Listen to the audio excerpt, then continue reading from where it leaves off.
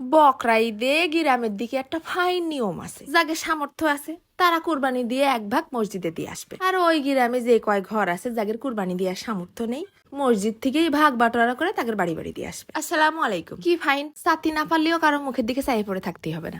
শহরে বাবা কারা কারা যে গোশ জাতি আসে, সারা জীবনও তাদের মুখ দেখিনি। এই বহিরাগত গে চাপে এলাকা যারা কুরবানি দেয়নি তাদেরই আমরা খোঁজ নিতে ভুলে যাই। গলার ওই পাশে দিলেই যা নাই হয়ে যায়। একটু খোঁজ নিয়ে দেখবা শোনা কারা কারা কুরবানি দেয়নি, একটু দিয়ে থুয়ে খাবা। আজকে রান্ধিছি বড় বড় রেস্টুরেন্টের সাথে 10 মিনিটে কলিজা মশলা। গরম পানির মধ্যে লেবু লবণ দিয়ে কলজেটা ধুয়ে নিয়ে কাইটে নিয়ে আবার একবার ধুয়ে নিচ্ছি। দেখো দিনই মন্টিস আউটফিট থেকে আমার জন্য আবার একটা জামা পাঠাইতেছে, একটু পরে দেখি কিরকম লাগতেছে।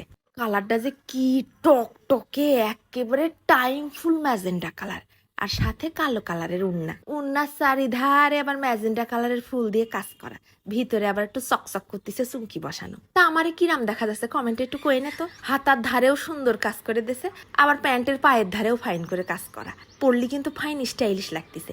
এত সুন্দর ড্রেসটা যারা অর্ডার করতে চাচ্ছ, ক্যাপশনে পেজ নাম্বার দিয়ে দিবা, না অর্ডার করে দিয়ে নে। আমার এই কড়াইটার আয়ু শেষ, একটুও বরকত দিল না। 1 টেবিল চামচ সয়াবিন তেলের মধ্যে 1 মুঠ পেঁয়াজ কুচি দিয়ে দিছি। ভালো করে নেড়ে ছেড়ে ভাজা ভাজা করে নিতে হবে। যেই লাল লাল হয়ে আসবে তখন এর মধ্যে 1 ইঞ্চি সাইজের আদা কেটে ছেড়ে দিছি, আর একটা ছোট রসুনের সবগুলো কুয়া ছেড়ে দিয়ে দিছি। ফাইন করে ভাজা হয়ে আসলে দিয়ে দিলাম ছোট ছোট 2 টমাটো কেটে। আবার 2-4 মিনিটের জন্য একটু ঢাইকে দিলাম, টমাটোটা একটু নরম হোক। তারপর ঠান্ডা করে ব্লেন্ডারের কোটোর মধ্যে একটা ঘুরলি দিয়ে নিছি। এরপর আবারও কড়াইতে দিয়ে দিলাম 50 গ্রাম মতন সয়াবিন তেল। তার মধ্যে ওই ধুয়ে নিয়ে কলজেটুক ঢেলে দিলাম, আর 2-3টা কাঁচা ঝাল কুচি করে দিয়ে দিছি। একেবারে হাই হিটে 5 মিনিটের মধ্যে নাড়ে চাড়ে কলজের গায়ের পানিটা শুকিয়ে নিতে হবে।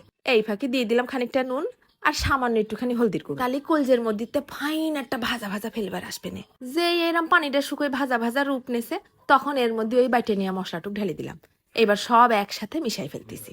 এইবার চুলোর আঁচটা কিন্তু একটু মিডিয়াম করে দিছি। তারপর এর মধ্যে যাচ্ছে 1/2 চা চামচ শুকনো ঝালের গুঁড়ো। দেখিছো, ভুল করে ধনিয়া জিরের গুঁড়ো 1 কোটোয় মিশাই ফেলিছি। তাই আবার দুটো একসাথে মিক্স করে 1 চা চামচ দিয়ে দিলাম, আর 1/2 চা চামচের একটু বেশি গরম মশলার গুঁড়ো দিছি।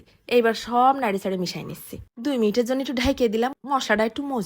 তারপর উপর দিয়ে ছিটই দিছি 4-5টা কাঁচা ঝাল, আর ওই মশলার কোটোটা ধুয়ে সামান্য একটুখানি পানি। এবার পানিটা শুকিয়ে এসে তেল ওঠা ভাব হলেই হয়ে যাবে না কলিজা মশলা।